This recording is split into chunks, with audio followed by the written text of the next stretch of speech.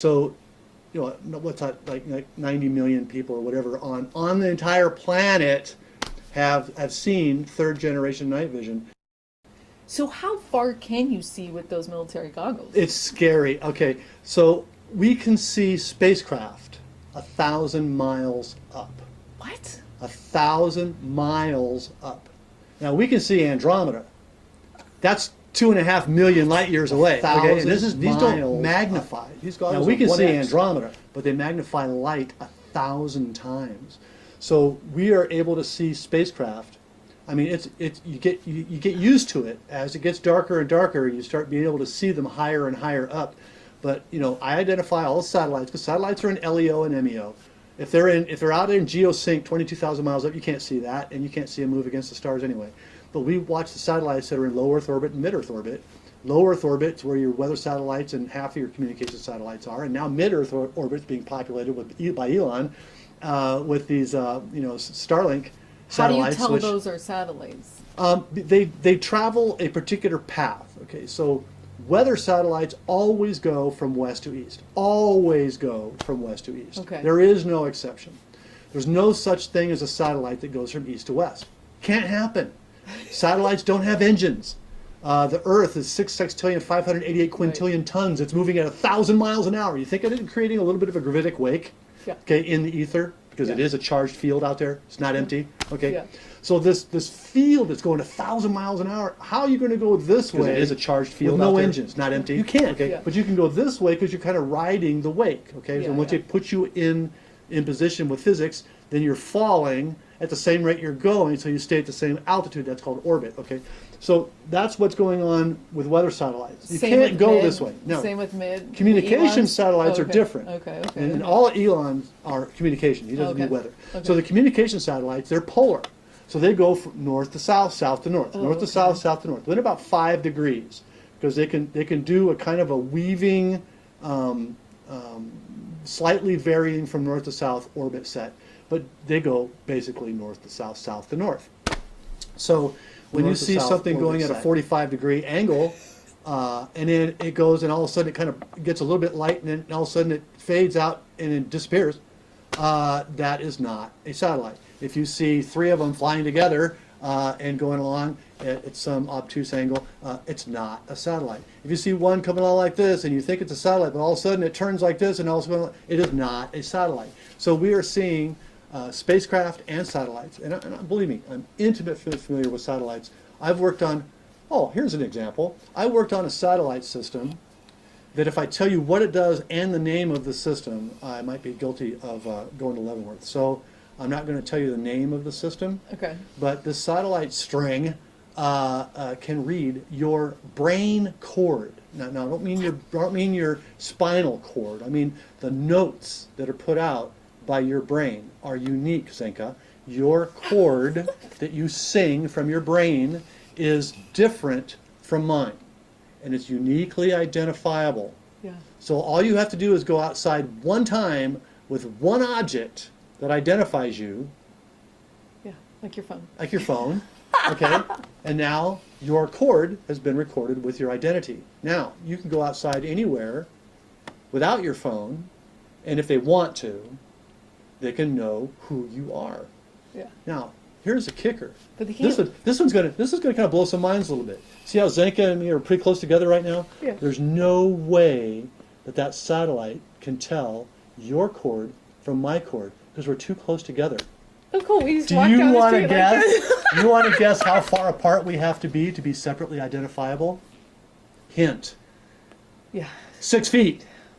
6 feet. Okay. So now you know why they were pushing that 6-foot thing. And for those who say, "Oh, it has to do with communicability," wrong, doctor. I'm going to tell you, there's one repeatable study on human communicability, and it established that the distance that we have to be no danger of being incommunicable disease from each other is 38 feet. 6 feet does nothing. Okay, so there was another reason for it. Interesting. I knew, because I already knew that fact ahead of time. As soon as they said 6 feet, I went, "What the? Oh, what? Oh," because I remembered my own, the satellite system that I worked on. So, anyways, And that's it's also I think our energetic field, like my toroidal field goes out 6 feet. But so, Well, and that's you guys, true, by too, the but way, in this other interview that we least- just were teasing out that on your show, Michael talks about why it's how these degrees, when you get multiple people together to do intentions, it magnifies. But we're going to hold that thought because I want to keep going on this tour thing. Heavy math. Right. Okay. So yeah, he's like super mathematician. Love it. Love it. Love it. Okay. So wait, let's go back to this tour thing. So they go to your tour and they're seeing with these crazy like thousands of dollars worth of goggles. Yeah. They're seeing all these craft and Yeah. and then what happens? Like, Well, then it clicks. We're not alone. But then I say, wait a minute. These aren't ET craft. These are our spacecraft, and we're seeing 100 in an hour over just Sedona. This is happening 24 hours a day, planet-wide. Okay, we have over 1,200 ships in our Space Force fleet. 900 of them flying constantly. The other 300 are for maintenance and rotation and emergency purposes. We have shuttle ships going back and forth to the 7 space stations that you probably don't know about. We have the black triangles, the TR-3Bs, now at 3rd generation, which are effectively faster than light. Notice I said effectively faster than light, FTL, and that's because we're bending time-space so much with our gravitic plasma modulation that we're able to traverse the time-space faster than a photon. Amazing. So we're actually going to other stars in our local star cluster. 52 stars in our local star cluster on an end of the galaxy where our soul, the sun's soul, is one of 52. We're actually in communication with species from all other 51 stars. And there's over 100 species interacting with us on these space stations. We're doing commerce with them. We're like the local China of the local star cluster because the humans are so good at making, inventing, adapting. They give us materials that aren't available on Earth and knowledge, and we make stuff for practically nothing because the people who are getting the knowledge and materials are, of course, running this planet and enslaving mankind. So they're more than willing, to get that information and basically give product back to ET for free. Basically, here's a product I know about. I haven't heard anybody talk about this, not even David or Corey or anybody. There's a product that's 1/4 the size of my fingernail. yeah, 1/4 the size of my fingernail. that's small. That has all the knowledge of the human race. What? All the written knowledge, all the hidden knowledge, all the occult knowledge, all the knowledge. 1/4 the size of my little fingernail. And Makes this sense. is They're already- available to them. And you go, well, how can you get data? Well, they're telepathic. So this chip is telepathically queryable. So you can ask a question and get an answer telepathically from the device that contains this chip, Wow. if you're an ET. Wow, and we're seeing this with Chat OpenAI right now. If you guys have played around with that, it is like you can ask, and we asked it to write a song last night about Yeah. telephones and Yeah. toast, and it was like, we asked it to write an article about, you know what I mean? Like, so it's Ask a it to compendium. parody It's a Terra Anomaly compendium. songs. It's a compendium of all the knowledge that we already have. So, I mean, it makes Yeah, sense that sure, that would exist. yeah. So interesting. So let's go back. I'm still, like, you're blowing my mind a As a little parallel bit. to that, let me kind say of- something I've never said on TV before. I've never said this on my show. I've never said this on anybody else's show. When I retired Yeah. from doing missile and satellite systems for Yeah. the company who shall be named nameless. Yeah, right, Okay. right. As a contractor, I wasn't officially in the military. I wrote a program once I knew I was going to retire. Yeah. In 1990, when I retired, I spent the last 30 days writing a program on the computer that replaced me, and they could ask that program anything, and it would give them the answer. That had to do with Wow. work, Wow, not wow, the wow. world. Wow, but, wow, but wow. with and I'm working on classified, top secret, above top secret militaries. Okay, Wow, so wow, wow. when I So you left, replaced I replaced yourself myself in with 30 the days. program. Yeah. Wow. So you could do this. So I can. have Michael's fun. life is so incredible, you guys. If someone is ever living their dream, it's Michael, because he has time to do this research. He has the brain to do this research. You also channel a lot of information, and you're creating a massive amount of media on TruthOnTV. You're interviewing people. You're playing music. You're raising a kid, like all this cool stuff.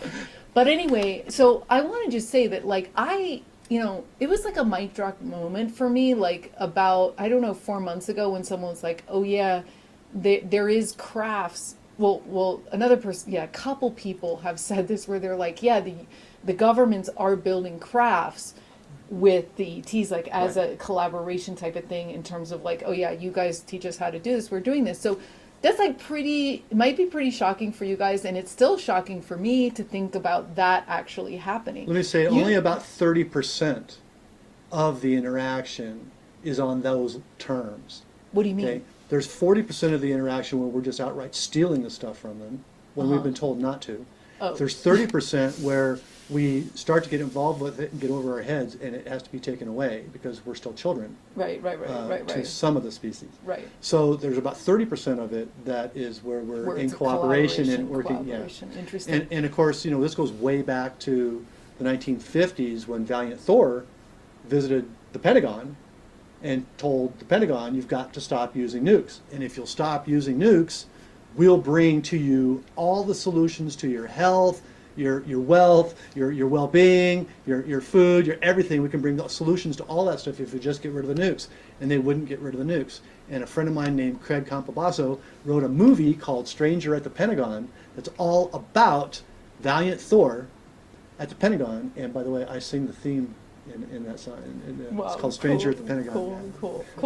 Well, so then I have heard you hearing in conversations at different conferences and stuff, you saying that sometimes you'll see an exotic craft. Right. So what is that? It's An exotic is something that's non-Terran to me. I call non-Earth based. Right. Non-Terran. This planet is called Terra. Up in space, it's Terra. There's no China, America, Russia up there in the forces. It's Terra Defense Forces is what it's called, and they're up there defending Terra, Earth. That's the name of there's Gaia and Earth and all these, but officially in the planetary organization, this is Terra. Terra, or Sol 3, but Terra. Sol 3, because the sun is Sol, and we're the third planet. Oh. So it's Sol 3 or Terra. Yeah. If you're intimately familiar with the people on the planet itself. Yeah. If you're looking at it strictly as a scientific reference, then it's Sol 3. Yeah. Okay, so the triangle crafts are Terra based, but then the exotics, what are the exotics? Exotics are those that aren't from here. And the last exotic, by the way, we used to see exotics in 2018 when I started doing tours. We were seeing exotics roughly every 30 days. Once every From 30 a ball days. of light to an unusual craft doing an unusual thing. I even saw one do the zigzag thing once. Now, it's like, why? There's no reason. There's no economic, business, purposeful reason to do that, except to show off. Show off. Yeah, so right. it had to have been That's a good showing reason. off. I mean, so it wasn't ours. Okay. So there's exotics I've seen, and the last one I saw was about 5 to 6 months ago now. Okay. Used to be about every 30 days. Yeah. Now it's 5 to 6 months ago, and I saw two craft follow each other off to the east. And we're up on the airport, and so we're looking off the end of the runway, kind of thing. And this first craft went kind of moved a little bit from my right to my left, and then went away from me. And when it went away from me, it looked like it had wings kind of coming out like this and came down, like wings that came out like down. You couldn't really see a body; it was just like wings that came down, and it was moving away, and I hit it with my pointer device, because I'm not allowed to say laser. I hit it with my pointer device when it was within 20 miles of me, and it bounced. I could see the ball of the laser when it hit something.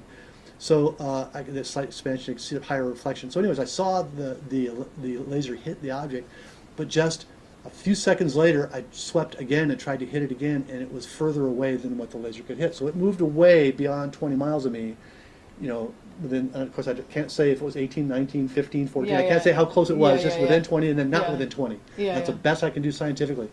Then, roughly 6, 7 seconds later, this other craft came around and did for the same thing, and forgot, I cannot tell you, it looked like a cobweb or something. It was just a strange, nondescript shape, and I can't figure out to this day what it, and I have a photographic memory, so I know exactly, I could draw it, I know exactly, but it looked like a cobweb thing, and it followed the same path and left.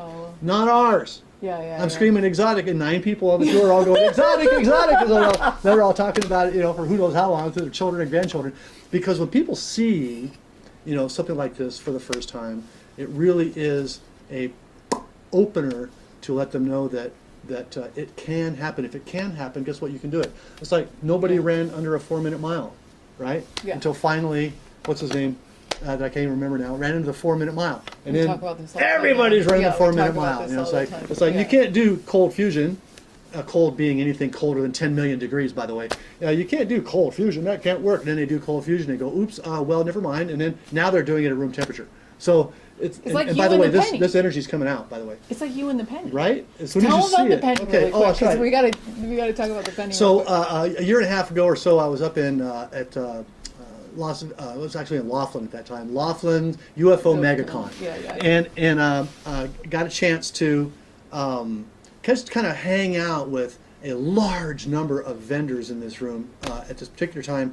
And somebody I overheard saying something about sticking a penny on a wall. You know, you can stick a penny on a wall. And I had never heard this, but I thought, well, that's like something that should be impossible to do, right? So assuming there's no tape, and there isn't, because, you know, I wait till you hear the story. So somebody's, I think Ra, was trying to, you know, pull the penny out and put it on the wall or whatever, and it wasn't working. I just kind of watched. I sat and watched and waited. And I realized that this attention was starting to wane because nobody was actually doing it. And I said, well, I'm going to lose my audience. I mean, I am conscious of my audience, right? I'm going to lose an audience if I don't take advantage of this. So I said, let me try it. I grabbed a penny. I said, and I said loud, like, so you mean you're supposed to stick it to the wall? And I went like this. Like this? And I looked, I get a dramatic pause, and I pulled away from it, and sure enough, it was on the wall. The penny was stuck on the wall. And I wasn't using force. I wasn't pressing it into the paint or whatever, you know. Just using the and so then Ron wanted to know, how you do that? How you do that? I said, I just merely migrated the copper to the wall. I migrated a small amount of the copper to the wall. So therefore it was like glued, right? It was part of it. And it was up there for like 10 minutes, you know. And then other people are doing it. Yeah, And other people did it. Other people did right? it. And I said, okay. The 4-minute mile, that's it. Let's go to the next level. So then I took my actually Ben Franklin $50, silver $50, okay? Not a penny, a freaking $50. It weighs a lot more, right? And I said, well, this should stick to the wall too, right? And I put it up against the wall. I said, can you believe this? And I pulled my finger away, and it was still on the wall for roughly 15 seconds. And it just, all I did was migrate the silver in my mind to the wall, to the paint. And all of a sudden, everybody's doing this, okay? Not with the $50, although Rod was successful at making a $50 stick for a while. So once you, and this is the thing, this is what I tell people on my tour, and I hope that I'm imparting this into your brain forever to be changed, okay? Good. Not believe. Believe has the word lie right in the middle. You have to know. Because when you know, you can't unknow. Okay? Someone could twist your belief and then you don't believe the same. But when you know you can put that penny on a wall and you've done it and if 20 people have seen it, it's like, no way anybody's going to walk up to you and say, you can't do that and get away with it, right? Go, hell, lay your 20 out, let's go, come on, I'll show you. And then they'll do it. See, then they'll be showing their friends with it. It's all about busting open the lie that is the containment that we've been put into our whole lives from the time we were little children. Yeah. You know? Yeah. And by the way, that's exactly what we're doing with our ET contact labs. We're taking non-believers and believers and turning them into knowers because you have an experience within 8 weeks. In that amount of time, people have the one, then the second, then the third experience, and it really transforms the way you do everything. One of the things that I know that you talk about in some of your other interviews is your ET contact experience is being a very life-changing experience. What happened? Oh boy. If you have a variety of experiences in your life, like, okay, I've opened for Alan Parsons. Nice. At the Roswell UFO Festival with my band Element 115. Nice. I have healed people we're going to talk about. Remotely around the world. Are you serious? On the telephone, just remote heal. Don't know them. Somebody gives me a phone card, I call them, I heal them. Wow. I've healed dogs, cats, horses, iguana. I've healed all kinds of things, so I understand that. I've solved math problems and things and created theoretically impossible ideas like using magnets to produce over unity. I do all these kind of things. I got one sitting right there. I'll show it to you a little later. Cool. I got all kinds of experiences in my life, but nothing compares to being face to face with 3 8-foot, very white, slightly blue extraterrestrials. And I actually, here's a shot. I made my clothing line, which is called Are You Experienced? I made my clothing line, as you can see here, with a kind of a depiction of the three ETs. I'll put that in. So these three ETs, I was floated out of bed. They numbed Carla. She couldn't So speak. your wife was out. She was right. This is in 2001 in Phoenix in our house. Wow. We're sound asleep, 3 in the morning. I'm 42 years old. All of a sudden, I wake up, which never happened to me in the middle of the night ever in my life. I'm 64 now. It happens every night. Okay. But I was 42. Yeah, okay. I did not wake up in the middle of the night, right? And all of a sudden, I'm awake, and I'm foggy awake. So it's not instantly a noise happened. Yeah, I'm yeah. foggy awake, and as I'm coming from REM sleep up into consciousness, that's about 4 seconds, by the way. I'm coming up through there, these things happened. Number one, I think to myself, I'm moving, and I didn't have a reason to know that because I couldn't see anything. It was dark in my room. Then I heard. And that was my lovely wife, Carla, trying to say, Michael. And in her mind, it was going, more. But to me, it went, okay, because she couldn't move anything. So now I'm 3 seconds, 3.5 seconds, I'm realizing I am moving. I have the spins, and I didn't drink anything. Yeah. So now I realize I'm actually floating out of the bed, and we were back to back. So she's faced that way. She can't see. I'm floating out of the bed. And I go out the hallway. I go out the hallway like this, okay? Face up, looking at the ceiling in the hallway, which is fairly low compared to the rest of the house, I found out. You don't realize that until you're floating face up down your hallway. So as I started down the hallway, I started rotating. And in that 12-foot hallway, I went from horizontal to vertical. No And way. they set me on my feet at the end of that hallway. And at the end of the hallway was the hallway wall on my left. And I could just see into the kitchen a little bit. I could see straight ahead into my office where my computers are doing video processing, and I could see to the right where the front door was locked from the inside, okay? So I'm sweeping back across to the kitchen, and as I swept in that direction, I mentally could tell something was wrong in my kitchen. And I got what I call the OOG. Now, you don't know this, I'm a 20-year martial arts instructor. I have 8 black belts and all that kind of stuff. So I'm not surprised. when I went Wow. into a contest where I was way outmatched, Yeah. I would get this feeling. And I would know, without ever knowing the person, I would know I'm not going to beat him with physical. I'm going to have to beat him with mental, right? Wow.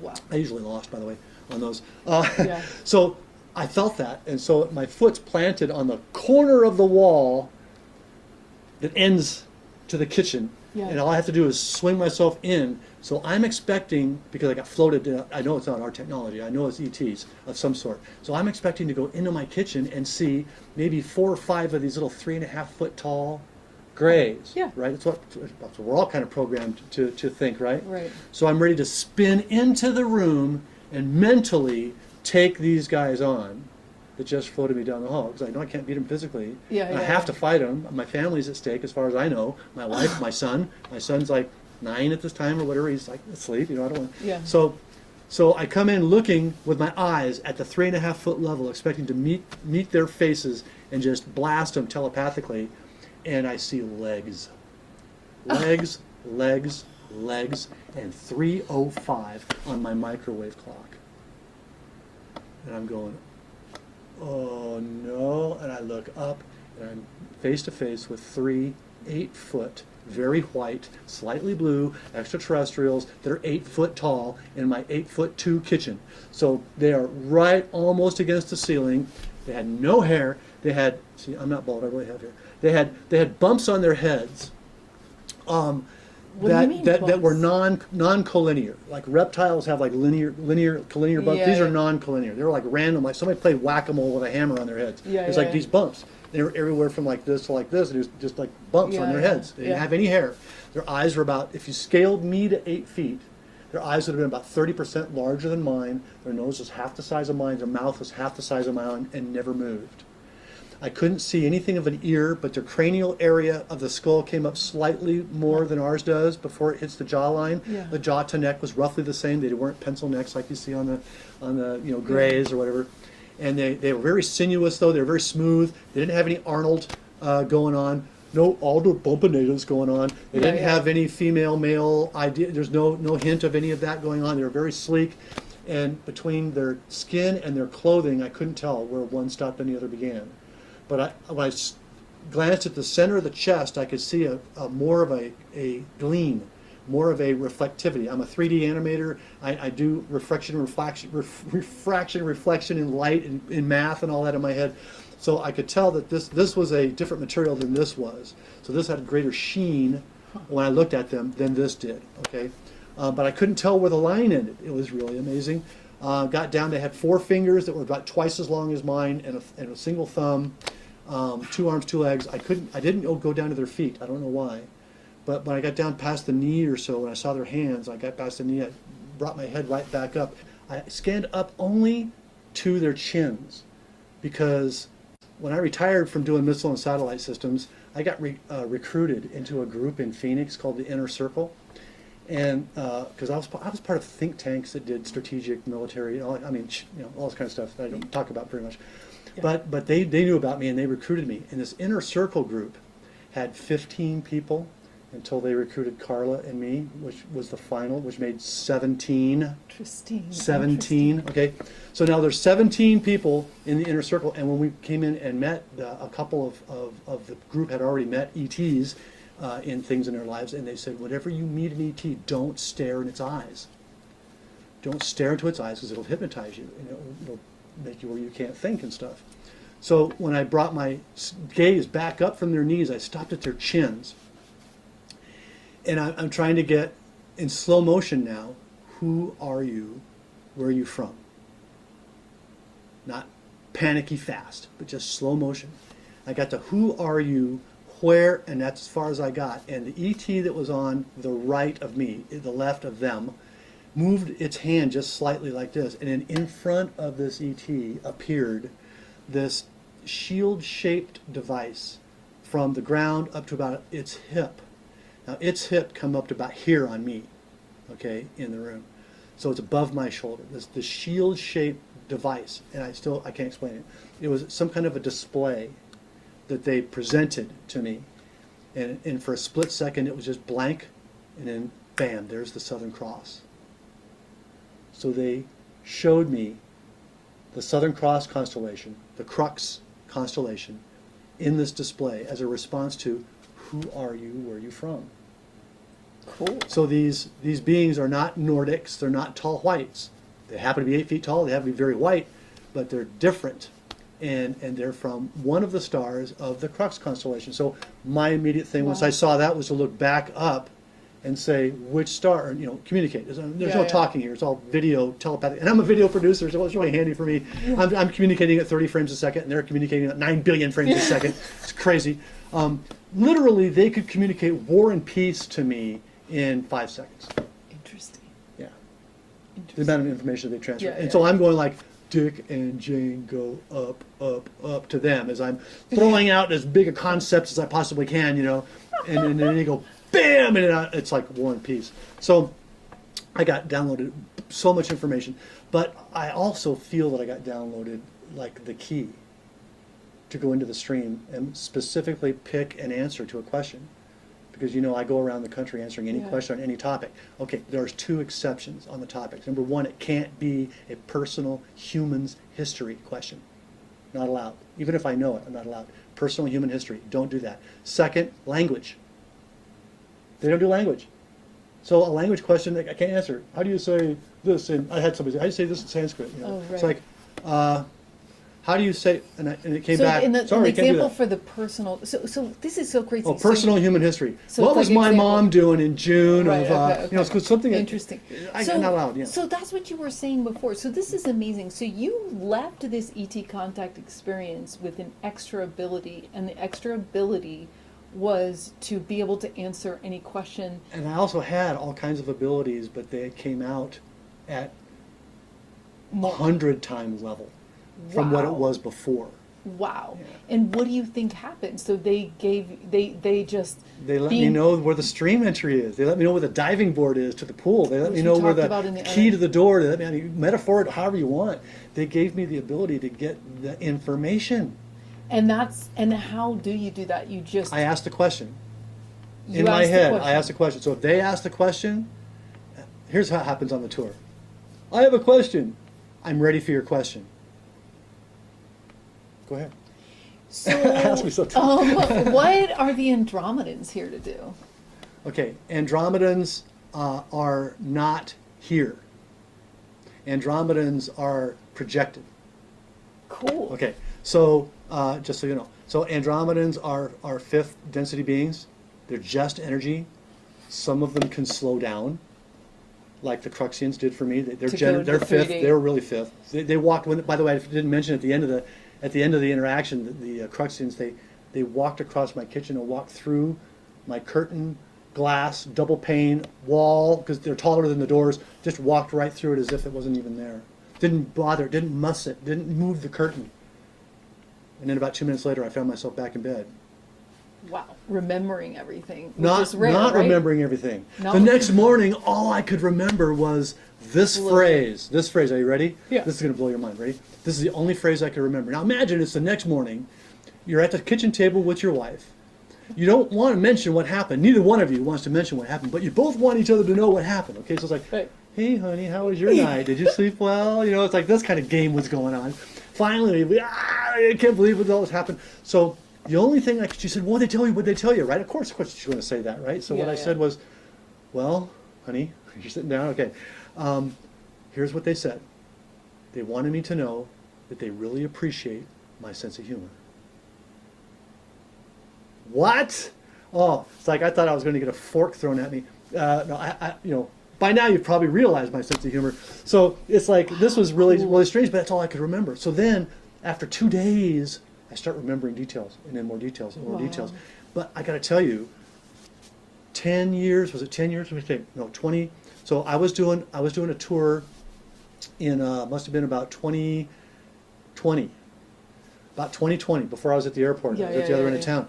And I was doing this tour, and on the tour, I was telling the story about, and the only thing I could remember was they said, we really appreciate your sense of humor. And I said that out loud, and all of a sudden, bam, I got an unroll. That's what I call it when all of a sudden a new piece of memory comes out. I never knew, from 2001, so it's 19 years later, I never knew why they said that they appreciated my sense of humor. I don't remember doing stand-up, okay? And yet, but I did, okay, so here's the thing. So I'm telling the people that on the tour, I call my peeps, I'm telling the peeps on the tour, you know, that they said that they really appreciate my sense, and I went, I fell against my space book, and went, whoa, all of a sudden, I said, I just got the rest of the story, you guys are going to believe this. And this is the first time, I think I've said this on the air.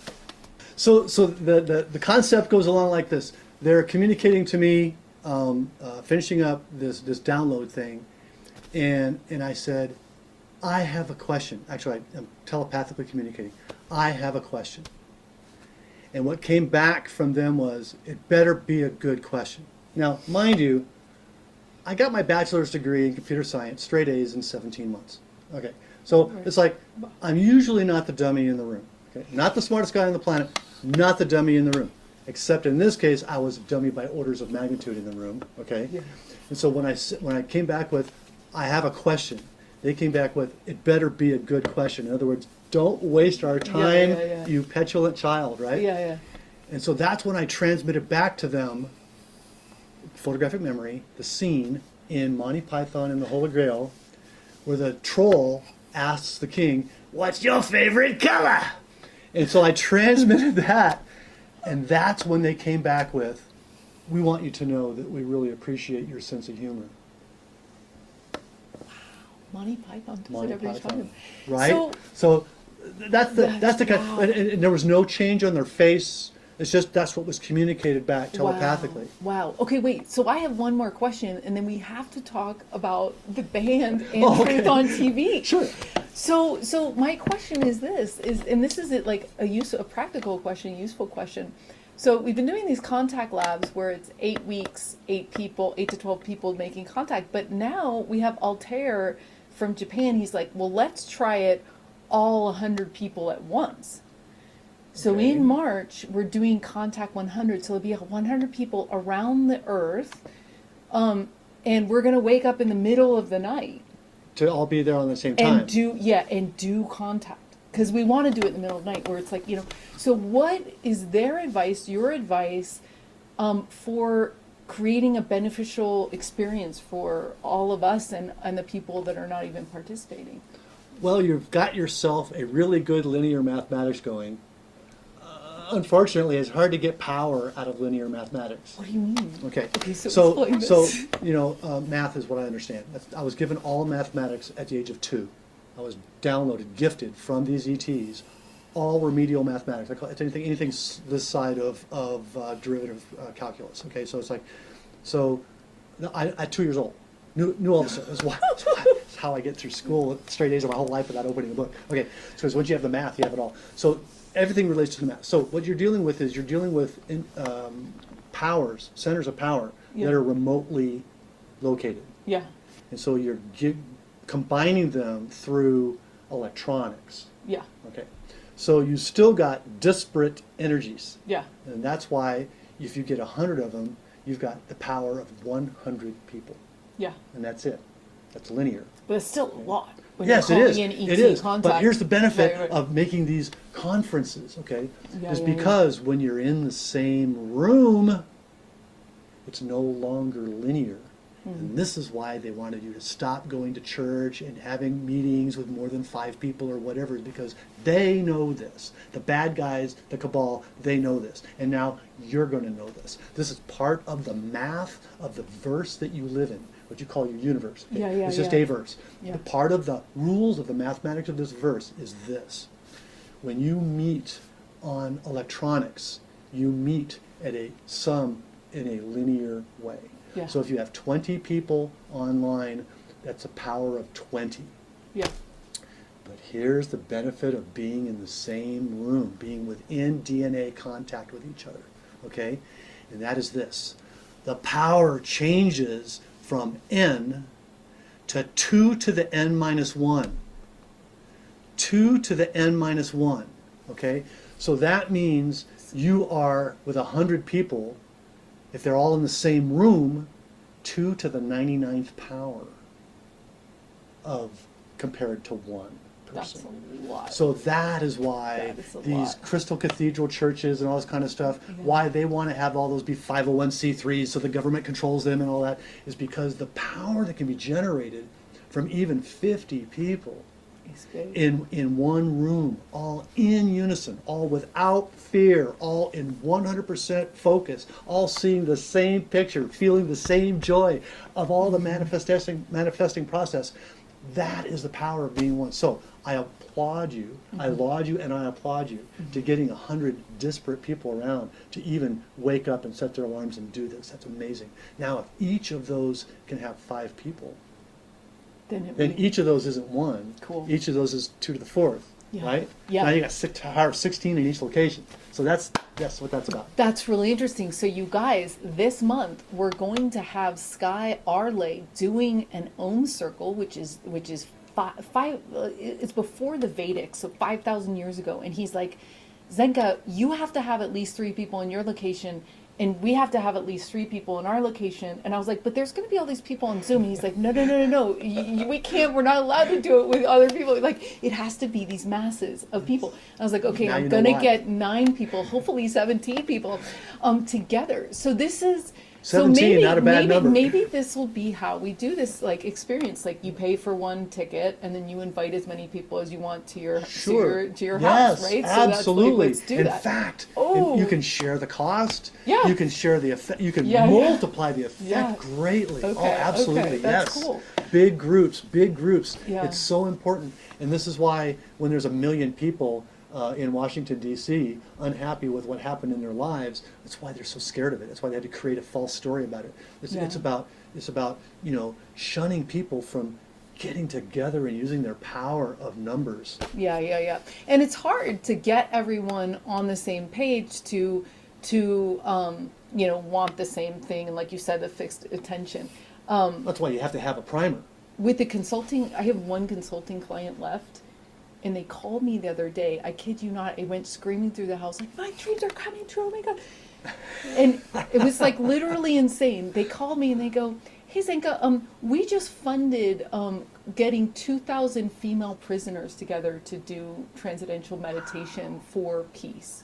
And I was like, and I always wanted to do that because they're sitting in the prison anyway, Well, yeah. and Wanna they help need themselves it. and the And rest of the world, right? Yeah, change- So yeah. this is so cool, and this is why it's important because there's already a tipping point, and there's a tipping point of knowledge and truth and love and creation, partially because of what you're doing with your work. So talk about Truth on TV. Now, he's had to go through the, get his Twitter account shut down. I mean, like, he has to have his 5 Twitter accounts, Oh my God. 2 Facebook accounts, my Nextdoor account, my LinkedIn account. It's like all these have been shut down because I have this nasty habit. And it's not cursing. I have this nasty habit of telling the truth.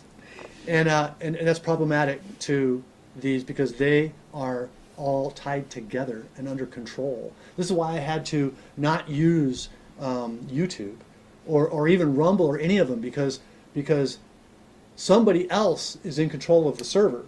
Yeah. I bought my own freaking server. Yeah. I've got my own 6 terabytes of hard drive space, Right. and it's redundant, so it's not going to crash and get lost. I've got 30 websites, 3 TV shows, 1 TV channel, all that kind of, because why? Because you guys need the truth. Yeah. Back in 2014, on my Wake Up album, I wrote in the song "Don't Come for My Gun" and "I Won't Shoot You." In the lyrics of that song, it has the real people with cameras have become the only truth on TV. And it's a shame because who's to blame is the biggest criminality. That's what's in the song. Yeah. Okay, well, just now I have truth on TV. I wrote the lyrics to it then, never thinking in between because it was just a couple of days ago that I realized, holy smoke, that's a lyric in my song. And then it's a it's like dream that's it's just coming truth. true, right? Finally, Wow. truth on TV is now truth on TV, and it is real people with cameras. It is us. Yeah. We real people. Yeah. See, real, not fake. There's no computer generation going on here. These are real people with cameras bringing you the truth. And I watched, I mean, it was so amazing. I was on your, for $20 for the whole year. I mean, it's like to support the server and everything like that. Like you say, you're like, It's commercial we lose free. money, but like we do it because we do it, Yes. And it was like I was watching this remote viewing thing on 9/11, and they Right. had these 2 remote viewers. They didn't tell them what they were remote viewing, and these guys were some of the top in the world. Granted, these guys, Right. but I just like I was like, wow, Blown away. right? Blown When they start away, drawing right. things and are seeing things and Right, and Michael, in the last interview that we did on his show was like he was saying that he believes that there's 3,300. I mean, you mentioned 3,300, yeah. 300 people that are rowing in a different direction. they're And that- enslaving mankind. Yeah, and that 8 billion of us. But it's our fault. They're enslaving us because we let them do that. Right. And now we have Exactly. we know better, and we have Right. the tools, We're and we waking have up. So Right. it's like this is where the empowerment comes in. Is where you learn. I mean, you said that the ETs, taught you one thing and one thing only, which was to create your reality by jumping into the future, feeling joy in your heart, and visualizing in all detail that last frame. Exactly. And that is what they taught you. And so that is the keys to the castle. That is our empowerment. Is if you don't like the world around you, Change it. love yourself and change it into, because it might not be easy in the first steps, but then once you get the hang of it and you teach me and I learn from you, and then we're all getting great parking spaces, and we're also creating great things. Which in the means we're world, all like shopping at different times. bands, right? Yeah. Let's talk about Element 115 for just a second. I want to talk about the band. So I had a band actually after the 2001 ET contact. Yeah. I've had bands all my life. I mean, I started playing guitar. The earliest picture that I have of me is 2 years old with a Gibson acoustic. No way. Look over there. How many Gibsons do you see? Okay, A lot. so it's like a Gibson 1, acoustics 2, in my 3, 4, hand. 5, Okay, 6, so now 7, 8. I'm just destined to play guitar. So at the age of 9, I'm playing harmonica, and I go see this band that's visiting in a garage in an apartment complex I lived in San Francisco. And I got the urge to play guitar, and I had a friend that had 2 guitars, and so he let me play one guitar, and he taught me D, A, and E, so then I could play Gloria. That's all that counts, right? And that's how I started playing guitar. So music's been part of my life. It's all math, please. And I play keyboards and bass and drums, and I play all the instruments that are for rock and roll, harmonica, and I wish I could do saxophone. I haven't tried yet. Maybe I will one of these days. And it's about creation ultimately. And when you play every instrument, then you can ultimately create what you want to create. But when the ET contact happened in 2001, just after that, I had this urge, not realizing where it came from for just a little while, but then it became obvious where it came from. I had this urge because we couldn't find a drummer. We couldn't find a freaking drummer that had a lick of common sense, a lick of reliability. Wasn't finding it. So, got this concept to make a drummer. Actually, our keyboard player said, "Why don't you make a drummer?" Because it's like I'm the kind of guy that's like, "Well, whatever we have to do, I'll just fix it, right?" So then I thought about it for a second, and first of all, he was throwing it back that I even thought about it for a second, and I said, "I could make an alien drummer." And he looked at me and he said, "If you could do that, if you could do that, like." Yes, 2 weeks later, I got a 3D animated alien drummer. I was already an animator for Macromedia at the time. In 1991, I became an animator. So I got this concept of how to make this alien use his fingers as sticks and play drums. And it was pretty mechanical at first, the first time, but he was playing all right now. Every drum, every cymbal, perfectly on time. It took me about 40 hours, a full week of animation to get one song done. Now, the band was playing 40 songs. I don't want to wait 3 years. No. So I had to come up with another idea. So I came up with an idea how to take the MIDI file from drums, playing drums on a MIDI kit, take the MIDI file and turn it into commands that would make an alien do exactly the same thing at the same time. So I did that. So I wrote this MIDI to animation converter, and then this 3D animated alien drummer on a double kick drum set using drumsticks, twirling his drumsticks, drinking a beer that he held behind the drums, pick up a diamond ring and hold it out to the girls and wink. And somebody went, "Oh, Al, I love you." I mean, I had all these keys. I make him pick up binoculars. He'd look out into the audience. It's all this cool stuff this alien did. And he was on 9 42-inch plasma screens behind us on stage. 9 screens. Right? 9 Wow. 42-inch screens. And we opened for Alan Parsons and War at the 2007 60th anniversary Roswell UFO Festival. And they liked us so much, we came back the next year and we're the headliner for the 3-day event. We live streamed it in 2008 around the world. Live streamed. Wow. That's how advanced, that we were doing things. Mm-hmm. And Russia and Australia and Japan saw us play. And I've had people walk up. I've had people walk up to me, to Carla, because Carla was the bass player in the band. Our son was the keyboardist and guitarist, and then we had the alien drummer, and I played keyboards and guitar. And so we've had people walk up to us and go, "Weren't you guys in that alien drum?" It's like, are you kidding me? 10 years later, you can reckon I'm not wearing like Element 115 regalia or whatever. What is Element 115? Element 115, interestingly, was what Bob Lazar found was driving the sport model, which is like a 15-foot diameter spacecraft with kind of small ETs in it.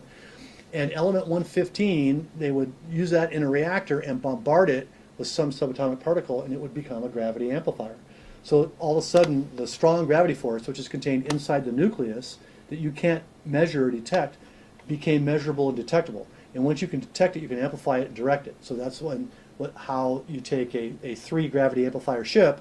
For example, if you've got a disk and you've got 3 balls underneath it, those are gravity amps. So you tilt your ship towards what you want to go to, and you tune your gravity amplifiers at it. Oh, they go like that? Yeah. Wow. Because inside just there's like no you up, getting there's no down. taking you out of sideways your bed. on it, right? So whatever works. So what's the name Al? So Al, the drummer. Alien Life. Oh, Alien Life. Al. Alien So he's like alien. And the story for the band was Alien that Al, Life, yeah, right? Alien Life, right? So the story from the band back in the day in 2007 was that he was watching Earth through a telescope, but they're 70 light or 60 light years away. Yeah. So he's seeing what the music was like. Well, not 60, like 20 years ago. So he's 20 light years away, and he's seeing what the music was like 20 years ago. Yeah. He dug it. He wanted to play. Yeah. It wasn't that we wanted to be alien band. He wanted to be a human in a band. So we brought him into our band through telemarketing, a tele-video conference, okay? So he would appear on our video wall in his lounge with his little lava lamp fireplace kind of thing that's going on in the background all the time. All that. In between songs, he just kind of fold his arms and just kind of sit there and kind of look around and wait. And I would hit a key on the keyboard and he'd go like this. He'd go, ch, ch, and start drumming the next song. Wow, and so that's cool. element So 115. cool. He had a drum solo, everything. I mean, Wow, it was wow, really, wow. so that was cool. And element 115 performed at the last UFO sightings conference that we did up at Area 1, which is reachable by area1sedona.com. We did the Sedona UFO sightings conference up there, and element 115 performed. It was just Carla and me and the drummer, because our son was down in the valley. He's a big shot now. He's too busy to play music with mom and dad. So we did element 115 up there, and then of course I also have the One Show. The One Show is where I play every instrument, and that's on the video wall behind me. And then I do the lead guitar and the lead vocals in front. And I'm doing a classic rock show. That's another story. Anyway, That's so cool. I love that you're overflowing with brilliance. First of all, you're extremely smart, and also fun. Like just like being a creator, joining your family together. If they're not there, you just do it by yourself. Best you know thing in what your I mean? life. Best thing in your life. Looking down the stage and seeing your wife and your son and your alien drummer, and you're performing in front of like 1,000 people or 1,200 people. There's nothing, there's no sex better than that. Sorry, that is the coolest thing ever. And it's your family. Yeah. And we had like Road Warrior, which was the Suburban with this trailer, this ugly trailer. We had this ugly trailer that was like a camp trailer kind of thing. Yeah. It had $200,000 of gear in it, but nobody would mess with it because it looked so ugly. No one knew. So great. Right? That's so great. Well, that's amazing. I think we're going to end with a very special treat. One of Michael's creations, his video, like I got to tell you about that band. This yeah. is another band. This one doesn't have an alien drummer. So I've got a Constitution rock band. Okay, all facts out. Yeah. Former lifetime Ben Franklin. Yeah. Okay. I don't Yeah, know. yeah. In my book, you can. Cool. So as Ben Franklin, or the remnant thereof, I'm really hot on the Constitution and the Declaration. Okay. So I lecture on the Constitution and Declaration. So I decided that there needed to be a musical lesson maker. And so I invented this band. Well, actually kind of took over this band, Terranomaly, because the prior leader of the band passed away. So I decided it was time to use this resource to make a Constitution rock band, and I did. It's called Terranomaly, and we have 2 albums, the Wake Up album and the Do Something album, and my next one's called Or Else. So Wake Up, Do Something, Or Else is the 3rd album. Yeah. On the Wake Up album, I got the title track is called Wake Up, and it's an inspirational, positive messaging kind of thing to prepare you to go into the first album, which is an 11-song linear message from Born in a Hue of Blue to Last Man Standing, and Wake Up is track 4, and it's all about realizing how everything you've been taught in your life is a lie, but that's okay. So yeah, so that's great. You know, this is how we communicate what we know. It's through these shows. It's through art that you might be doing. It's through music. It's through giving tours. It's through asking questions. It's through tapping into the stream, as you would say. So thank you so much, Michael, for everything. It's so fun to be around you. You have so much energy. You're a wealth of knowledge, and everyone that goes on your tours is very lucky. And so thank you for everything you do. Tell people how they can find you, the best ways. Oh my gosh! Oh, Yes. geez, it's like, what do you want to know? Because I'm into everything that's censored, covered up, forbidden. Those are the kinds of things that I want to bring to you, but that are all family values. You were the one that got family away. Values. Yeah. So it's a matter of nothing on my TV channel, by the way, is embarrassing to grandma or grandchild. Yeah. Nothing. Yeah. I have the Lucy Show. I have Get Smart, 3 seasons of it. I have Rocky and Bullwinkle. Okay, so I've got good stuff, but I've also got Wake Up and Do Something, which is a show that has over 35 segments of people who have figured out what's going on and are doing something about it. I've also got a show called Health Truth up there. It's got, of course, all the censored videos. But the Terranomaly, that band was designed to bring the musical message of the Constitution and freedom and your God-given rights to you. And in the first album identifies the problems that this republic faces. And then the second album, the follow-up album, Do Something, is the solutions to, and it has songs like Great Awakening, which a clip is used on this show. It has a Q, Where We Go When We Go All. It has Fake News, Shadow Band, all these kind of songs, and it's all about the problems, the solution to the problems. So those problems are in those song lyrics. So what we're going to do, I guess, now we'll roll into the title track. But first, how to get a hold of me? How to get a hold of me? Okay, so probably the best way to find out all kinds of stuff I do is to go to ArizonaUFOTours.com. ArizonaUFOTours.com. ArizonaUFOTours.com. On that page, on that front page, underneath the spaceships flying to Earth, underneath there you'll see buttons that have everything from my favorite place to get a cheeseburger in town in Sedona Nice. to my TV channel, okay? Nice. And all that kind of stuff, my wife's wonderful art, all that kind of stuff is available by buttons to all these different websites that I have, okay? So Arizona UFO Tours. If you want to ask me a question, I'm going to roll a benefit to your peeps right here, okay? Wow. We're going to pretend that you went on my tour. That means you have access to my brain. Here's the rules. Here's the rules. If you have a question you cannot answer or a problem you cannot solve, use your resources to try to get that answer and solve that problem. If you've burnt your resources, you've got nothing left, email me, Michael at ArizonaUFOTours.com. In the subject line, tell me whatever you want to do in the subject, but include the word PEEP, P-E-E-P. This gives you access to me. I'll answer your question. Wow, thank you, and thank you to the visitors who helped you get to this point. Right. Thank you for living your truth. Thank you for living your life in such an inspiring way. It's wonderful to be here today, and thank you everybody for being here with us tonight. And now, wake up. Yes, wake up.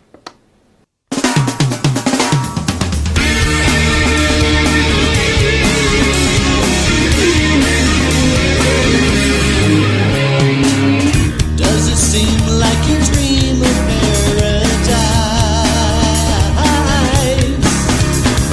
Just got to the end before your eyes. But too much assault is not good for your heart. And in that drama you should not take part.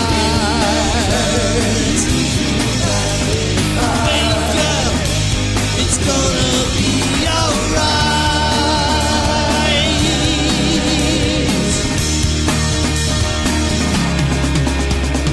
When it seems you cannot find the have someone who's been here long before. The truth is hidden firmly from your sight. Sit back and step up to see the light. Watch, but don't you be consumed in flight. Wake up, it's gonna be alright.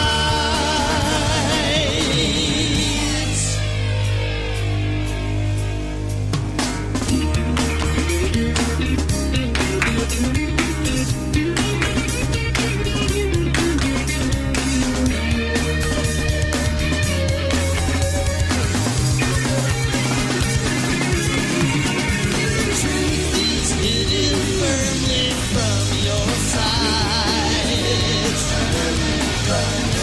Sit back and step up to see the light. Watch, but don't you be consumed in flight. Wake up, it's gonna be alright. All right. Thanks everyone. Didn't realize the audio was on. My son wants to participate in this last part, but this is our chance to ask Michael questions. He's here with us tonight. I'm just going to pull him up. Hello, Michael. Can you hear me? Yeah, I can. Awesome. Woo! Are you just on audio or can you do video? Am I not doing audio and video? Let's see. Yeah, so if you can, oh, there we go. Awesome. Okay, you guys. So if you're watching on Portal to Ascension or New Realities, you can get into this live stream to ask a question by going to lightnet.org/hangout. We also have a connection call that you can go to lightnet.org/connection, which is where you guys can get together in small groups and hang out, since we didn't get a chance to do that tonight. It's once a month. And if you're interested in the contact lab, it's lightnet.org/register. So Michael, who has the first question? What I want you guys to do is go ahead and raise your hand.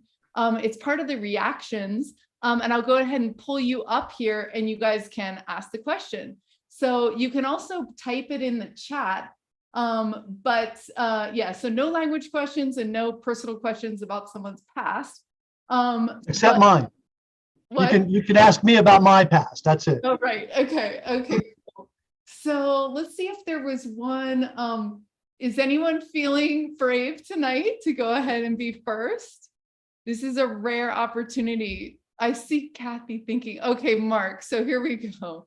All right, Mark, thanks for being the first one. Go ahead and ask your question.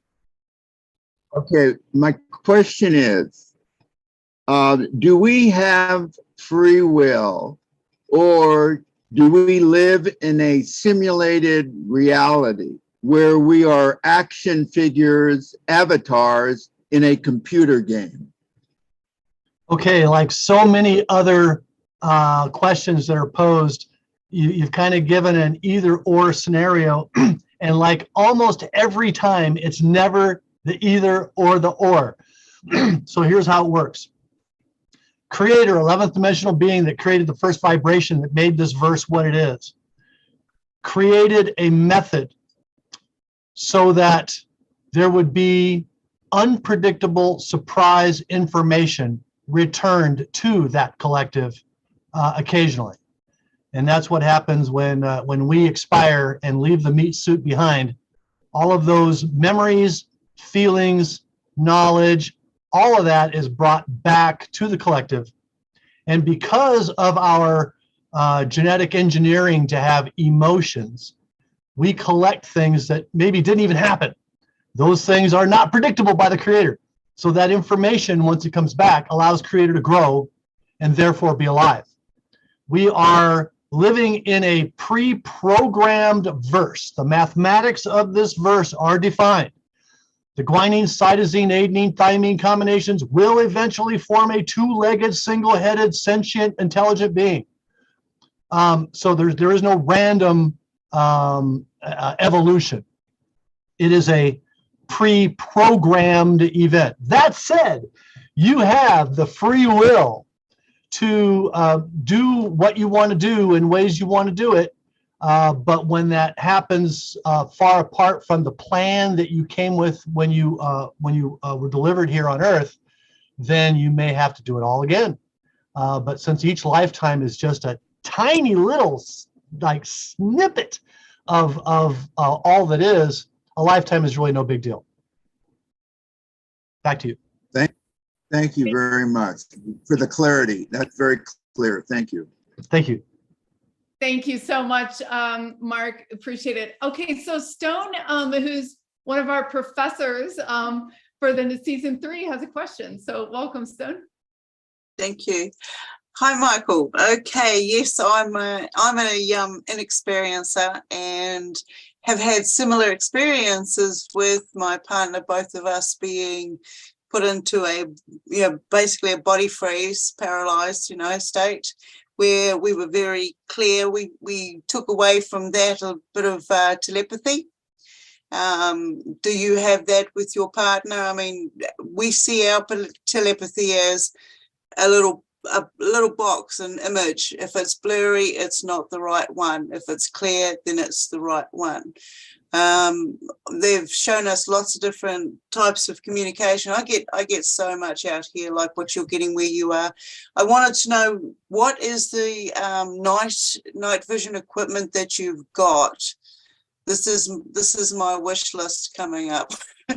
Yes. Well, on the tour, we use the ATN PVS-7, 3rd generation, current military ground issue, not for U.S. export, classified night vision goggle. They run, I do put them together. I do assemble them, test them, repair them. I am an engineer. So I do have them available for $3,400. They're going up soon. So if you want to get a set that is guaranteed for 120 days, which nobody does in the industry, then you can contact me by email. Again, my email, michael@ArizonaUFOTours.com, is open for everybody here on this call to ask any question that they want of any kind. And if you're interested in getting a set of the goggles, like I said, they're going for $3,400 now. I'm raising the price to $3,900 soon. I don't know when, but they are true 3rd gen. They're very nice. Comes with a case, has a skull crusher, has a laser, has all kinds of fun stuff in the case. And the PVS-7 is what I believe is the best unit without going to $7,500 to $8,000. The PVS-14 dual tube unit is kind of nice, but for seeing spacecraft 1,000 miles up, all you're seeing is the glint anyway. So the best you can do for this price range is the PVS-7. You do have to live in the United States. You cannot take any part of it out of the United States. I do not ship to PO boxes, only to street addresses within the United States. Yeah, no, that's all right. I'm in New Zealand, so I wouldn't be able to get it anyway. The other question was, I'm having a lot of Stargate happenings out here, and I'm now seeing shots fired at both sides. Are you seeing this kind of thing in your airspace? Are you talking about satellite wars? Well, at this point, I've seen both. I've seen both satellites and ships doing Well, it. I saw a ship shoot something one night, and I remember I've been doing this since 2018 up here, and I'm out every night it's clear. And so far, I've seen one ship shoot something. If it was traveling at 12 o'clock, it shot at 8 o'clock, and that speed that they shot at was going faster in that direction than the ship was in this direction. I didn't see it hit anything. I didn't see anything else move. I didn't see what it was shooting at. I have seen 2 satellites splashed now. Satellite wars are big, and as the alliance has been taking over the space assets, sometimes you have attrition. Yes. All right, I'll leave it there for a moment, but I've got heaps I'd love to chat with you about. Thank you. Thank you. Thank you. Okay, Joy, you're next. Okay, go ahead.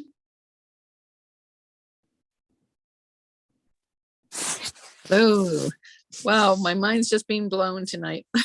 Thank you. I especially, I guess, you know, the thing that you were talking about, the beliefs, right? And the lie that's in the belief, right? And how we move. I guess my question is, how much do we need to do the mental, like do the mindset stuff versus the actual energetic? Like, I'm starting to question if I used to think mindset was almost everything. And now I'm going like, wow, if you move the energy, it changes everything, changes the consciousness. And so I just wondered what you could help me with or to understand about that. Well, most people are trying to achieve the goal of manifesting the world they want to step into. And if that's you, then I would say the same lesson I would give to you is the same lesson that Yeshua ben Yosef gave to Thomas. And that is the 2-step process of manifestation. So number one, this is both, I guess you would say this is simultaneous practice.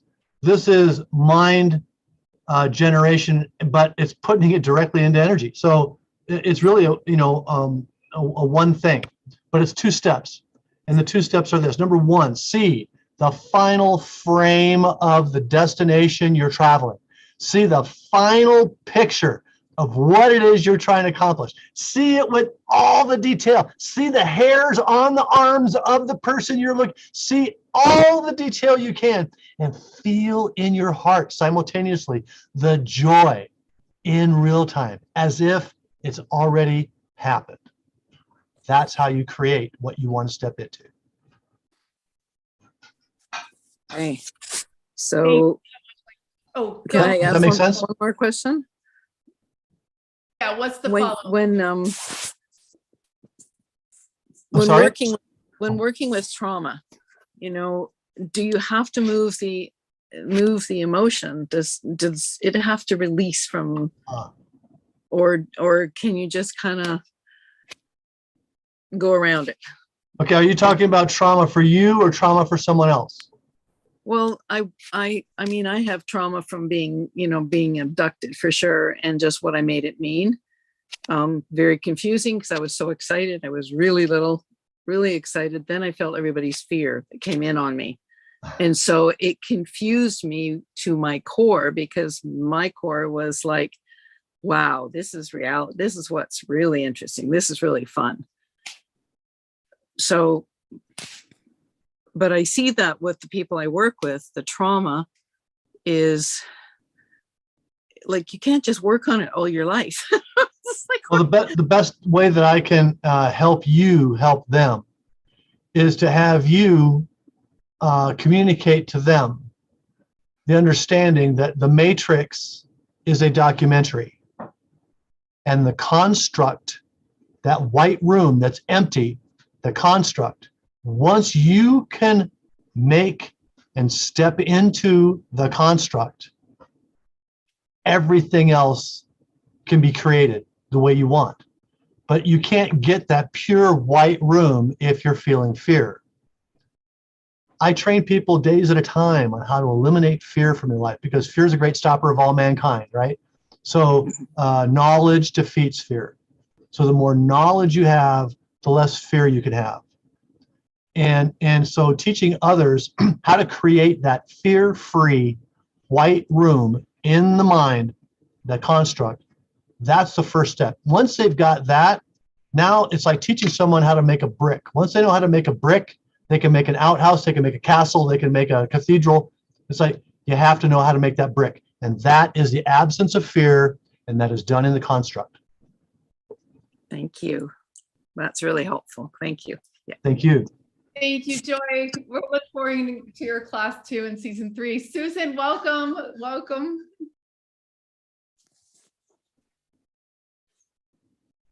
Susan, okay, you've frozen. You're Hey, also. how are you? Oh, you're good now. Okay, great. Can you hear me now? Yes, perfect. Okay, great. So Michael, quick question. One, is it fair game to ask about my present? I'm sorry you broke up. Is it fair to ask about, and then I didn't get the rest?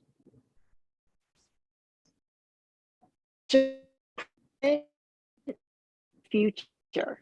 We've got some stream issues going on there. I'm not getting a clear question. Yeah, sorry. Maybe you can Okay. type it in because we can't hear you. It's like cutting out. So yeah, go ahead and type in. So You know go ahead. Go ahead with your question. Can you hear me now? Okay. Yes, Susan, go ahead. Okay, you can hear me. Great. I just got off and went to data. So is it fair game to ask about my present and my future? Oh, I see.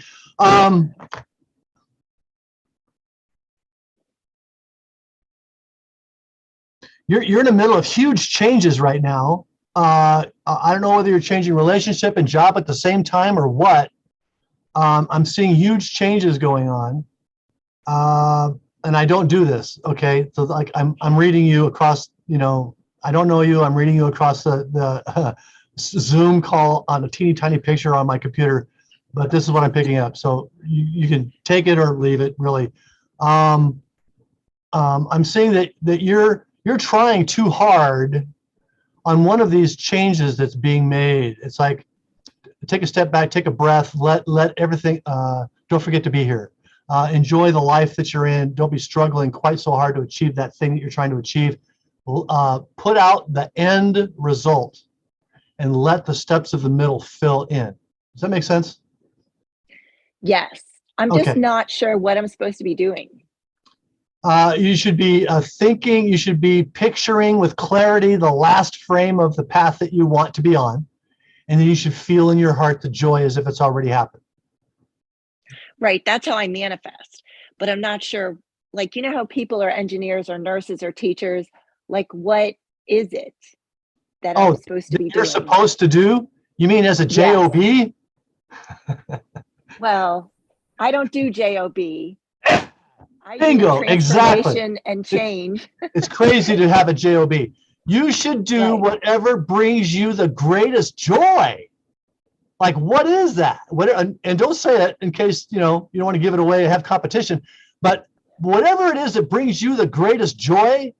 I love educating and playing music. Okay. Every night I educate people on a tour.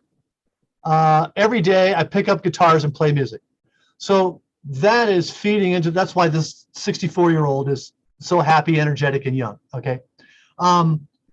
You have the same potential to achieve your greatest dream as I do or anybody. Just Yes. know what it is. Don't believe you know what it is. Know what it is and jump out there and do it. Yeah, Jump out and that's do the it. thing. It's been a couple decades I haven't known. I appreciate you so much. Hey, are you going to share with us like where the location to this door is, to this channel that you have to know the answers, and how we get in? Where the door to my channel is? Yeah, to where you go to like get this information. You said it was downloaded to you. Oh, okay. So a lot of the information that was downloaded to me was basically everything that there is. So when I get a question from somebody who I've never met before on a topic that I'm not an expert in, once the question goes in, the answer comes out. I don't even know I know the answer half the time. Now, I do have a photographic memory. I have seen books. I've seen the encyclopedia. I do have a lot of data in there. It's like, terrestrial stuff. But stuff that has to do with energy, space, galaxies, other beings, what's driving spacecraft, all this isn't in any of those. Okay, this is information that I either was given the information or I was given the key to access the stream, past, present, future. Yeah. So I can't tell you that, but I can tell you how to get a hold of my book and read about some of the stuff that has happened and the important words that were given to me. And that's called, book's called Wake Up and Do Something. And you go to wakeupanddosomething.com and check it out. Excellent. Absolutely. Thank you so much, Susan. We have a couple more questions. Michael, thank you so much for doing this. Nico has a question. Nico, what's your question? What are aliens? Okay, that's What are aliens? Yeah. Okay. There's as many different kinds of aliens as there is different kinds of bugs. Okay. So aliens are life forms that weren't born or created on Earth. And when we talk about aliens in our conferences and things, it's usually intelligent, sentient, thinking, smart aliens, not something that just crawls on the ground looking for food. Okay. So these aliens, there's over 100 different species that we're currently in commerce with on the 7 space stations that we have that are the classified space stations that most people don't know about. The International Space Station is a Tinker Toy pickup truck. These real stations are serious technology, giant wheels made out of second stage Gemini rocket sections. 9 of them are put into a nonagon. There's 3 struts that come in at 120 degrees each, and then there's a cylinder in the center. And that cylinder is a zero-G manufacturing facility where we are making things for aliens. awesome. Very cool, Michael. So we have, okay, 2 more questions. So here we go. Go ahead with yours. You mean me?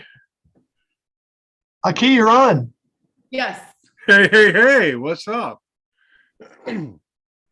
So, you're saying there's some kind of war going on in Earth orbit? There's war going on in Earth space. By the time we get to Earth orbit, usually everybody's been handled. So occasionally, yes, I have seen some satellite wars. And like I said earlier on a question, I saw a 1 ship shooting something. So there is some kind of war that's going on in space. And we have 900, okay, from 2 years ago, my information from Space Force people was that we had 900 spacecraft constantly flying. 300 spacecraft are in backup, maintenance, and rotation. So we've got 900 ships flying, a lot of which are shuttle ships taking passengers and freight back and forth to the space stations, but also the TR-3Bs, the battleships, those kinds of things are flying as well. So we are in war for the survival of the human race and control of the planet. This is what World War IV is about. The cabal, the bad guys, they made a deal in 2004 with the Draco reptilians to start turning over parts of the surface of Earth to the Draco in 2024. They're behind schedule. They planned on killing half of humanity by then. They got interrupted when Trump got president. Okay, so in his 4 years, he shoved their mission back 5 years. So now they've got 4 years. They had 4 years when Brandon came in to catch up with 9 years of work, and they're not going to get there. So we are going to win, and they're going to lose, and they're going to have to answer to the Draco for failing to bring Earth into their control. The Drac. The Drac. So I know something of the Drac. Looks like you got the blues there, Avi. Well, Aki. Aki, but Aki. How involved are Pleiadians in that? Okay, Pleiadians are involved in both sides of the battle. There are Pleiadians who are on the side of the Alliance, and there's Pleiadians on the side of the Cabal. There are Draco on the side of the Alliance and Draco on the side of the Cabal. There's almost all the species have members who are involved on both sides of this battle. Because the number 2 thing that ET gave me in my download is this phrase. I'm going to translate it into English. Everything they communicated was visual, so I'm translating into English. There's no such thing as a benevolent species. There's no such thing as a malevolent species. Yeah. Okay, so there's good and bad in both, in all species. There's good and bad in Pleiadians and Arcturians and reptilians and mantids and all of them. There's good and bad versions. Yeah, I mean that's true. There's good and bad in everybody. I mean, I think you and I are gonna have to talk like at length later or something. I've got my own Pleiadian contact, shall we say, and that's stunning. That's stunning that some of our people are fighting with the Drac. I mean, some the 3,300 people that control this planet are fighting with the Dracos. There are people? I mean, humans, 3,300 of them. Yeah. Ever heard of Klaus Schwab? They're Pleiadians. Ever heard of Harari? Yeah, like, I know. These guys are the bad guys. They're the Cabal who made the deal with the Draco. Yeah, I know that. But Pleiadian traitors? Yes, Pleiadians. Yeah, I know. It's really difficult for those who have love for a Pleiadian to realize that there are a bunch of Pleiadians that aren't good guys. They don't have our best interests at heart. They don't want the humans to succeed. There are a bunch of Pleiadians that do want the humans to succeed. So please don't misunderstand me. I'm not saying they're all bad, but they're also not all good. Right. I get that. Okay, I guess it's time for somebody else to ask a question. Yeah, so we want to wrap up because we just had we just have until 9, which it is now, but we have 2 final questions real quick. Okay. And just commenting on that last conversation too and one thing that Michael has stressed to me, it's like we are 8 billion people. We so outnumber 3,000 people. And that is what's happening right now on Earth, is that there's like a domino effect happen where we're teaching each other how to be in our hearts and to create from our hearts and tip the scales and heal each other and all this stuff.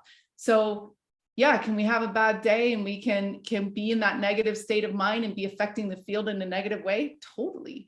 But the point is to really raise ourselves up so that we're not falling down, and that we can hold this consistently loving place so that we can create something really beautiful. And 100 different species can come together. And that's what America, I thought, was all about. It's like all of the world from all different places in the world are here in America. You know, you've got people of every color, every race, so this could have been a really cool, fun experiment. Well, it was for 20 years. We don't repeat like colonial. 1792 to 1812. We had a grand time. Yeah. So, all right. So we have 2 more questions. So one is from Pauline, who said, is the universe all part of the Christ consciousness? Semantics. The Christ consciousness is a permanent part of the formula of this verse. That's more accurately stated. Okay, great. Julia, I was going to ask the last question, but I know you've been here, so go ahead. Hi, Julia. Hello there. All of this discussion is just really turning me on. I'm a Lemurian soul, and I know that I was in Lemuria in the light body. I know that there was opportunities for peace, and we were fooled in that process. And I never know where to go with it. Well, so I'm doing my thing here. I really like your conversations, but you really have added a whole lot more to what I just got downloaded last week. But I get my downloads different than what I hear these things going. So my question is it possible I really am who I think I am? It is not only possible, it is probable. And you're remembering the arrival, but you still have a lot more to remember yet. You still got hundreds and hundreds of lives that you can remember if you want to, because you are already at a place where you know of your Lemurian existence. Then you can use that to jump to your next life. Okay, well, so when that ended, what happened? Well, then you had a next life, and then when that ended, what happened? Give you an example. I was Ben Franklin, and in between Ben Franklin and now, I was born in 1860 as a black girl on the northern border of Georgia, southern border of Tennessee, and the War of Northern Aggression came in and killed me and my family and my farm, burnt us all, burnt everything, just torched all the humans, all the animals, all everything. I'm not big on the Civil War. It wasn't very civil for me. So these lives you can start remembering pieces of, and then you go in and focus on those pieces, and then you can start seeing even a bigger picture of each of those lives. And I think that you will really enjoy that. Yeah, I probably would. I'll plan on it. Thank you. Thank you very much. Awesome. Thank you so much, Michael, for joining us tonight. I just have one question, is that since you said you know a lot about the space stuff that most people don't ask you about, because everyone, asking about, sometimes they'll ask the Wikipedia stuff about, but anyway, so my question is that they say that spaceships are, like, a lot of them tie into your consciousness. And it's interesting because I just watched Avatar, the first movie, with my son, and how they like literally go into the animal, like they work together.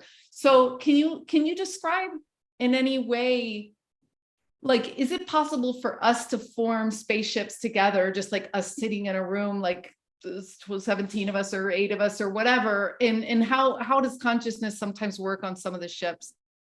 Okay, so you're kind of blending between the physical and the energetic. So let me just say that to have 8 people sit in a room and then telepathically transport, that's energetic. to have 8 people in a room using Kesha's engineering plans to build a spaceship and go out into space with their physical bodies, you can do that too. All the technology for space travel is available if you know where to look. And you can build your own spaceship from Kesha's plans, from Kesha, engineer from Iran. And if you think Iran is backwards, you don't know Iran. Iran is mathematically advanced, amazing people in that country. They invented the number 0 when they were the Persians.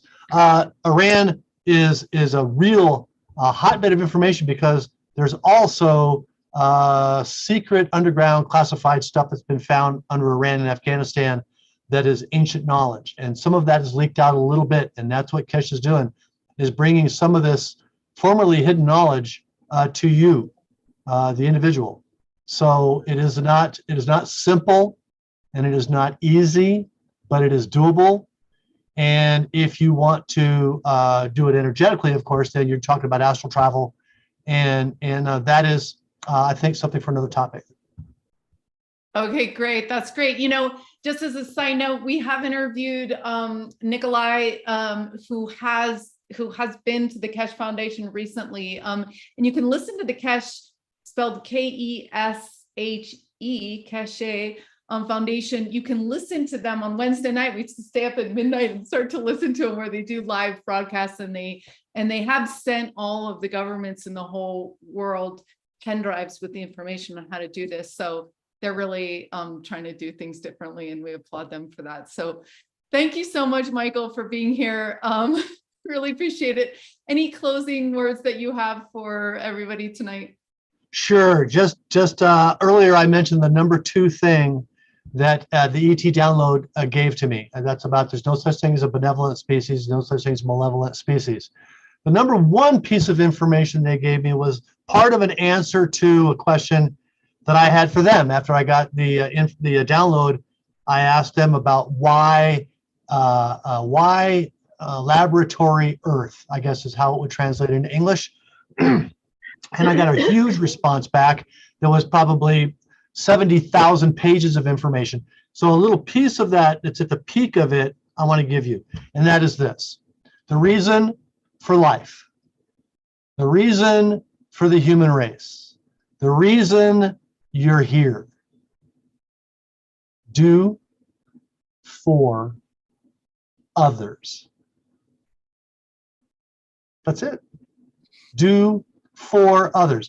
Don't be a politician and do to others, right? And then run. No, do for others, for the animals, for the plants, for the rocks, for the ether, for the consciousness. Do for others. That means your heart's in the right place, and then you're contributing. So much, Michael. Yeah, that's, once you kick into that, it's like this never ending thing, because yeah, it's a joy loop that happens. That's a caring, it's a loving loop that happens. So thanks for kicking that off in the world. Thanks for being who you are. We appreciate you guys. Like I said, on Saturday, you can join us. If you're a LightNet member, it's only $8 a month. We're going to have kickoff of our breakthrough coaching. This is so you can have a coach by your side that's going to teach you how to get out of your own way, get out of your fears. And he's going to be doing that 3 times a month for the LightNet members. So we'd love to have you join. We also have a free connection call for anybody to join, lightnet.org/connection, where you can be in small groups and talk to everyone. I'm going to close by playing out a new documentary that we made that didn't play in the beginning because we had some technical difficulties. But I'll go ahead and play that, and then we'll see you guys on Saturday. Thank you so much, Michael. Have a great night, everyone.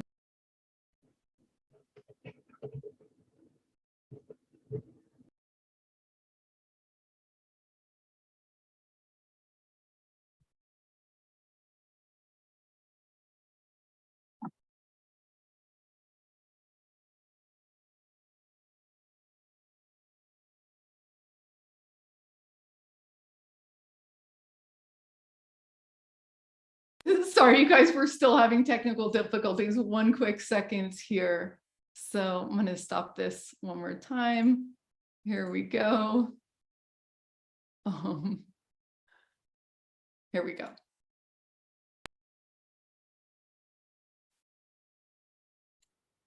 If there's one thing I hope for you in 2023, it's that you understand your true sense of self and you deepen your self-awareness so that you can step into the joy of self-acceptance. This is the key to everything.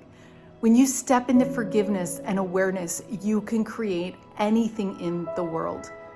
We have forgotten how powerful we are, and our energy gets tangled up in so many things. When you love yourself and you understand your true mission, there is nothing more incredible and joyful. This is the magic carpet ride everyone talks about, and we want you to step into these synchronicities.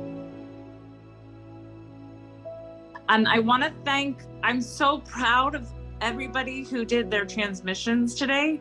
So I can't get past the word, I'm just so proud of everybody. And it was so excellent. And it made my heart expand past a part I knew it could open past. So thank you for that. I just want Diane to know that she can do anything. Like she can do anything. And it's right on the tip of her tongue. It's right there, Diane. It's right there for you. That you just unlocked something huge for me. Thank you so much. Thank you so much.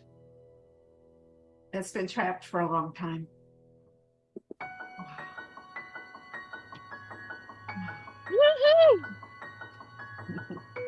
And through these practices, through this protocol, you're going to access parts of yourself that are so magical and so beautiful.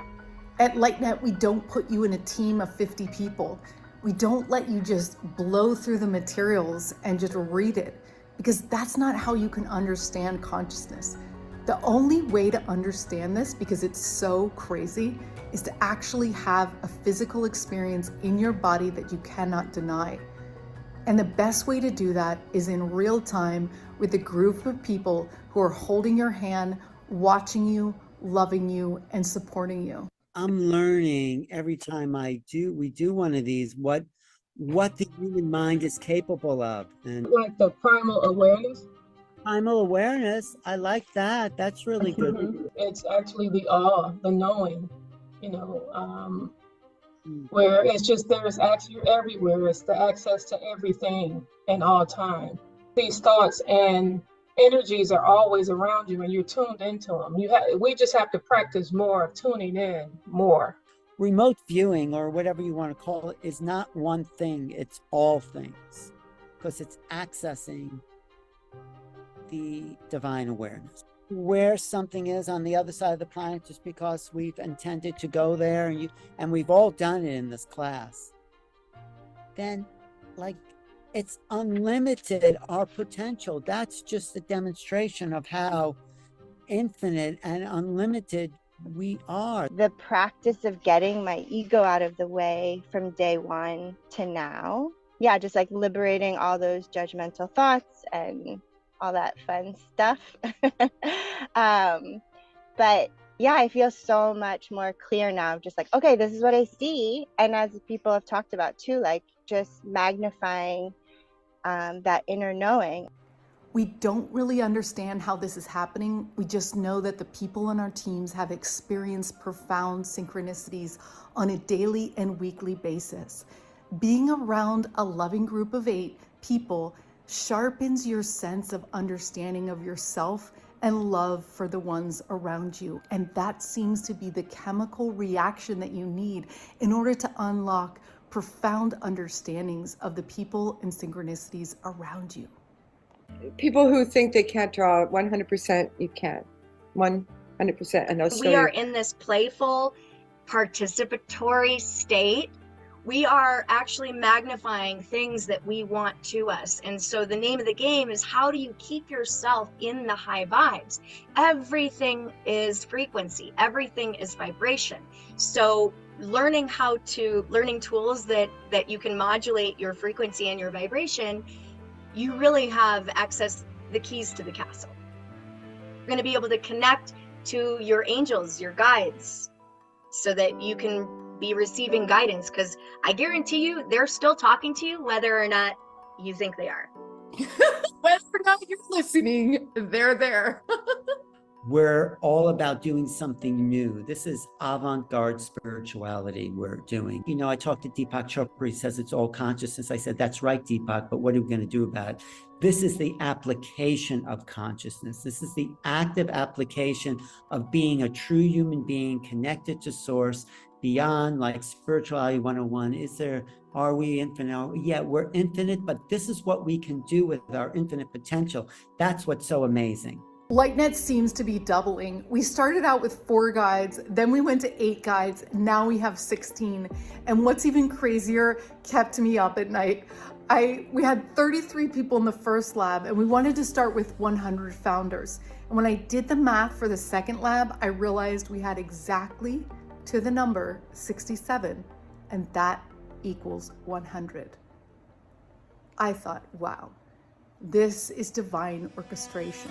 Something magical is happening at LightNet, and there's 128 spots for this next season. This is going to be a powerful group. So if it's calling you, answer the call. Join us and pick your small group today. To find out more, click the link below.